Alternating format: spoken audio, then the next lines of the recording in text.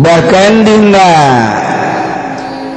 hadis nu diriwayatkeun ku Ibnu Abbas ti Kangjeng Nabi Muhammad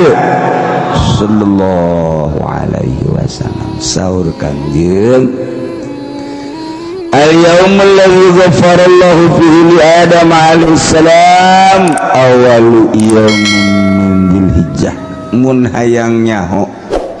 Kangjeng Nabi Adam di surga digoda ku iblis kagoda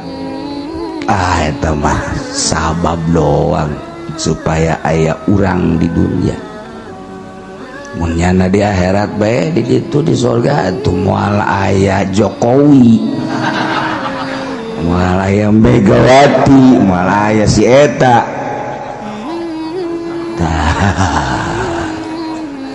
jadi eta haju turun Kangjeng Nabi Adam ihbib ya Adam turun Kangjeng Nabi Adam di Gunung Hindi India langsung sujud keluar cai mata teu eureun datang ka cai mata ngalir ti mata Kangjeng Nabi Adam nyengcerikan dosa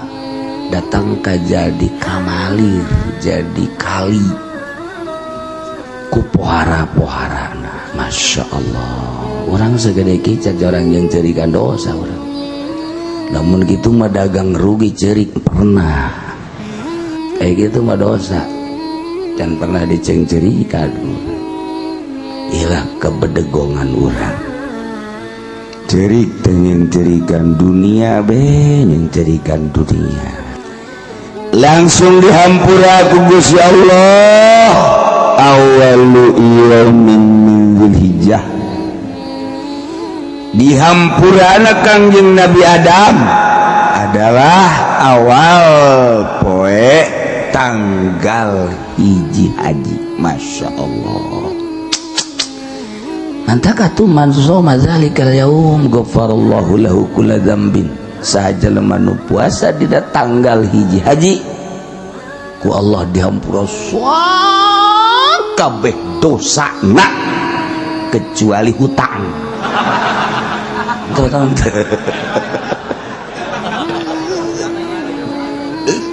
hutang dihampura mah tungguina urang parwasa bae geus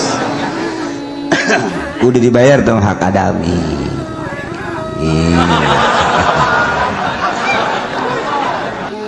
poean kedua wa yaumul tsani istajaballahu du'a Yunus alaihi salam Kangjeng Nabi Yunus diutus ku Gusti Allah di negara Nainaw bagian Baghdad Barat tenurut umatna hiji-hiji acan nurut hiji-hiji acan tamah Masya Allah Yunus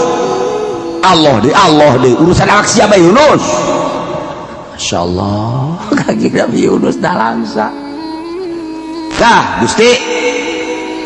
ai kieu teuing mah abdi dakwah unggal poe kana caci maki bae ti masyarakat abdi rek berangkat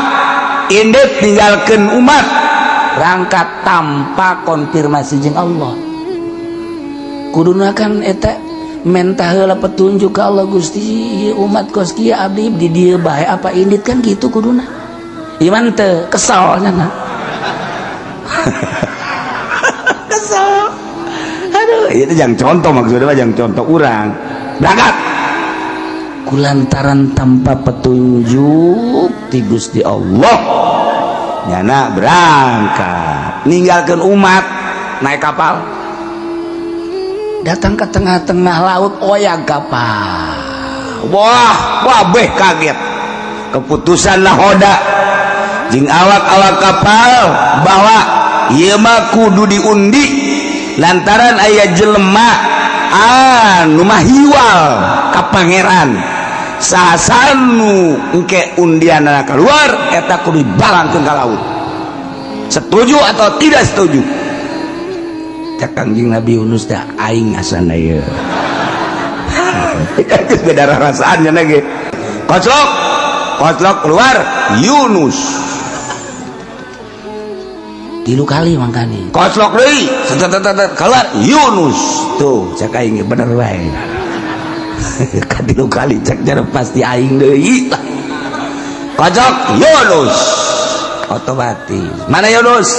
abdi sesuai jeung perjanjian seluruh awak kapal untuk menyelamatkan orang banyak maneh kudu diabalangkeun ka laut. Cek Yunus ya mau tidak mau lah balangkeun ka laut pulang cek Gusti Allah hei lauk nun capok usia awas ulah datang ka lecet seketika aja ulah ngagetkeun sia capok Yunus di jero lauk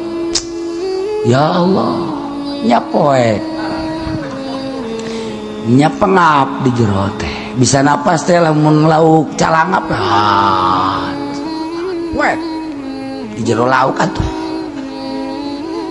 wiridan la ilaha illa anta subhanaka inni kuntu minadz zalimin la ilaha illa anta subhanaka inni kuntu minadz zalimin la ilaha illa anta subhanaka inni kuntu minadz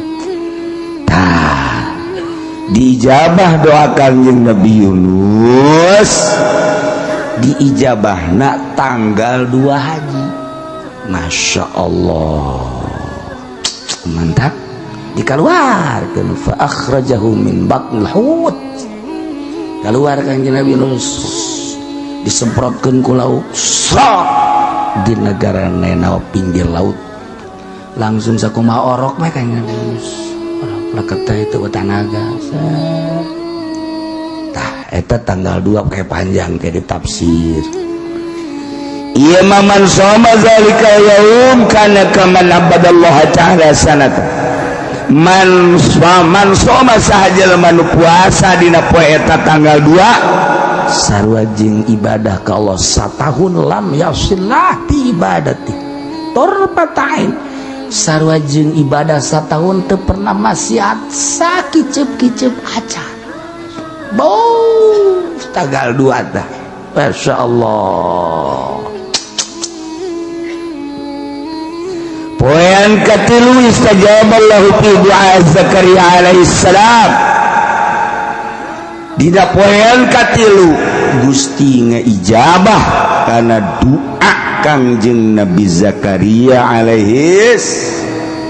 Kangjeng Nabi Zakaria rek dibere anak padahal di sekolah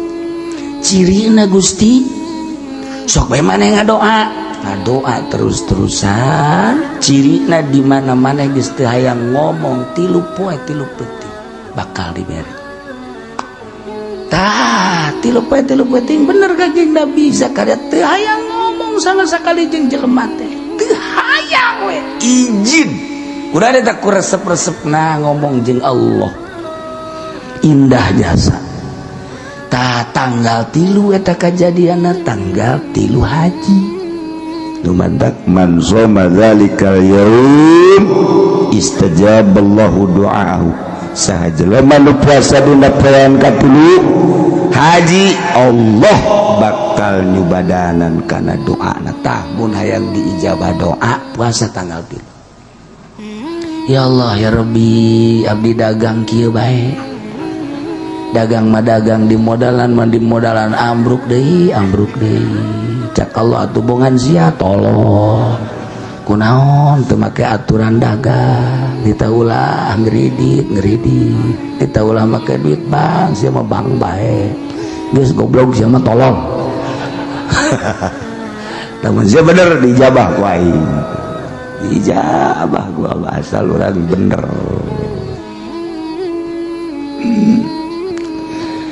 poean kaopat al-yaumul ladzi wulida fihi Isa alaihi salam Kangjeng Nabi Isa dilahirkan di Bethlehem kuarir teh Baitul Lahmin urut Kangjeng Nabi pernah waktu rek Mi'raj teh kadinya ke Bethlehem